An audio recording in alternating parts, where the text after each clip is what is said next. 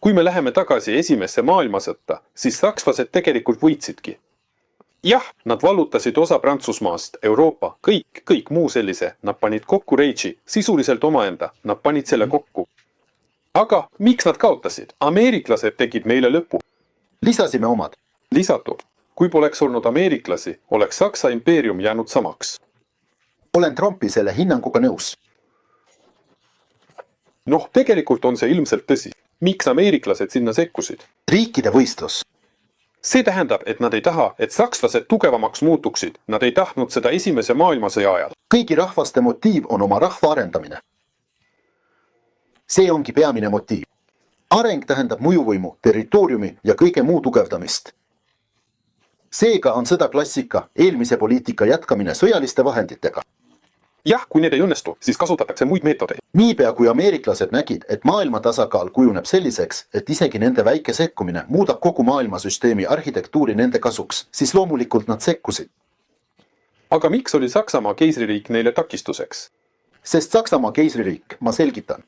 Sest Saksamaa keisririik, kui ta oleks liiga suureks paisunud, sest kui ta oleks võitnud Nõukogude Liitu, Venemaad, aga Venemaa keisririigi võitja on sisuliselt juba kogu Euraasia. See tähendab, et keisri Saksamaa impeeriumi perspektiiv oleks olnud juba kogu Euraasia. Ehk siis teie arvates, kui Saksamaa oleks võitnud esimese maailmasõja, nii nagu sündmused arenesid, eks? Nii et nad võitsid Vene impeeriumi, sakslased, eks? Nad ühendasid Euroopa, võtsid osa Prantsusmaast, üldiselt sellise korraliku suure tüki, eks? Superriik. See tähendab, et nad poleks peatunud. Nad oleksid läinud edasiita. Nad ei saanudki peatuda. Aga miks nad oleksid pidanud peatuma? Miks nad oleksid pidanud, näiteks Poola vallutamise järel, sellega piirduma? Aga miks mitte võtta kõik kuni Vladivostokini välja? Muide, Lenini lepinguga paiknesid Saksamaa relvajõud reparatsioonikomisjonide nime all kuni Uuraliteni. Kes ei tea? Ja Saksa sõjaväeosad olid näiteks mitmes piirkonnas, siis juba Nõukogude Venemaal, nii-öelda kuni Uurali mäestikuni välja. Ehk siis põhimõtteliselt on see idee, mida hiljem ka Hitler rääkis, me tungime edasi kuni Uuraliteni. Ta ei tulnud millegi uuega välja, ta jätkas Saksa kindralstaabi poliitikat. Aga sakslased käitusid põhimõtteliselt loogiliselt. Seda nimetatakse rahvuse laienemiseks, rahvuse ekspansiooniks. Miks Venemaal võib minna üle Uurali, aga sakslastel ei tohi? See kõik on loogiline. See on rahvaste motivatsioon. See ongi see konkurentsivõitlus. Kogu planeedi maa territoorium on jagatud. Seega, kui sa tahad suuremaks saada, pead selle kelleltki ära võtma. Läheme tagasi esimese maailmasõja juurde. Miks ameeriklased sinna sekkusid? Miks nad aitasid sakslastel langeda? Riikide võistlus. Mis liiki? Te ise ütlesite, konkurents on ainult naabrite vahel. Kus on Ameerika, kus on Saksamaa? Konkurents kasvab välja naabritest. Aga konkureerida saavad ainult võrdsed. Ehk siis elevant saab konkureerida ainult elevandiga. Näiteks jänes jänesega. Konkurentsivõitluse seisukohalt. Või siis kuskil lähedal paiknevad umbes sarnaste võimaluste ja kaaluga. Seega, kuigi ameeriklased olid üks piirkondrikest suurvõimudest, ei sekkunud nad siia. Kui nad tundsid, et on jõudnud ülemisele korrusele või et see on juba nähtav, hakkasid nad ronima. See tähendab, et nad hakkasid mõistma, et Saksamaa moodustamine, mis pärast Venemaa likvideerimist kindlasti alistaks nii Prantsusmaa kui ka Inglismaa, on mõistetav. Jah, on juba vastuvõetamatu esiteks ameeriklaste endi jaoks. Teiseks ei saanud nad seda lubada, sest see on neile väljakutse teises etapis, seal 20, 30, 50 aasta pärast. See tähendab, et Saksamaa oli juba globaalsel tasandil muutumas Ameerika Ühendriikidele tugevaks konkurendiks. Globaalsel tasandil. See on ohtude seisukohalt, aga edasiliikumise ja arengu seisukohalt oli lihtsalt nii, et Ameerika oli muutunud nii võimsaks, et ta juba pidas oma naabreid, neid, kes on lähedal, üle Atlandi ookeani, enda mõjusfääri kuuluvaks. Ja vastavalt sellele tahtis ta saada esimese maailmasõja tulemust ning sai selle USA tugevnemise näol. Alguses majanduslikult, sest tänu sellele, et nad varustasid kõiki sõdivaid riike, kogusid nad neilt nii raha kui ka arendasid oma tööstust, ületasid kriisi, mis Ameerikas oli. Ja hiljem ka poliitiliselt. Rahvaste konkurentsiseaduse seisukohalt on nende motivatsioon aru saada. Kui nad oleksid lihtsalt omaette istunud ega oleks kuhugi sekkunud, oleksid nad 20-30 aasta pärast pidanud silmitsi seisma Saksamaa agressiooniga, kes oleks justkui allutanud Venemaa, saanud võimsaks Euroopa ja oleks hakanud Ameerikasse tungima. automaatne areng. aga milleks talle Ameerika? Aga miks kõik Ameerikasse pürgisid?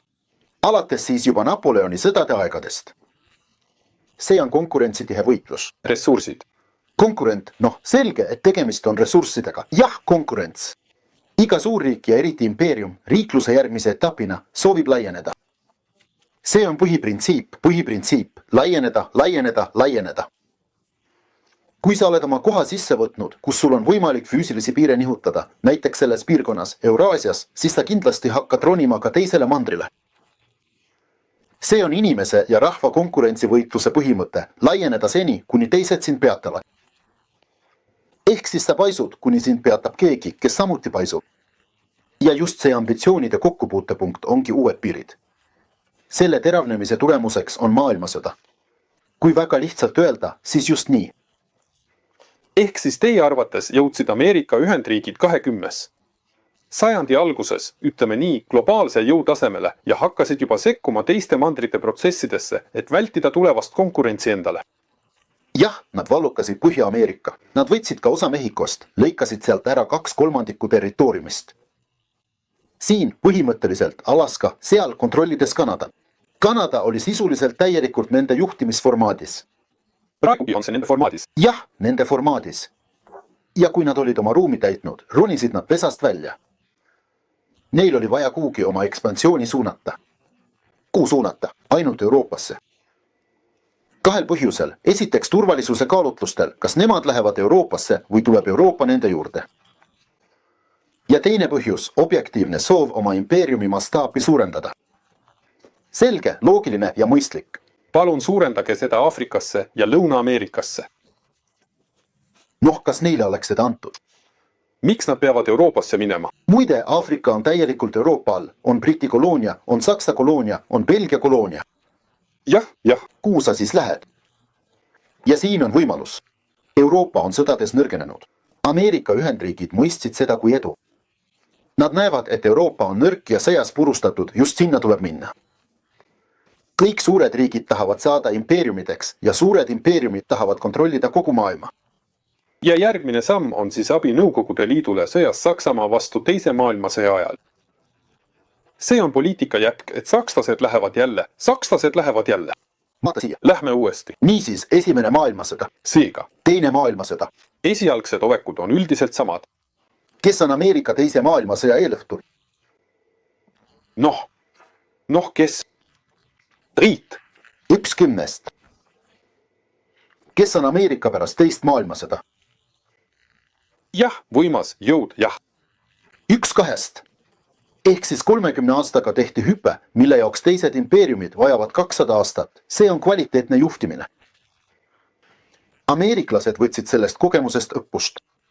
Nad lahendavad samu eesmärke, mis olid Suurbritannial, Saksamaal, Prantsusmaal ja mingil määral ka Venemaal natuke teistsuguse riigikorralduse põhimõttest lähtuvalt, teiste meetoditega ja neil õnnestub see edukalt.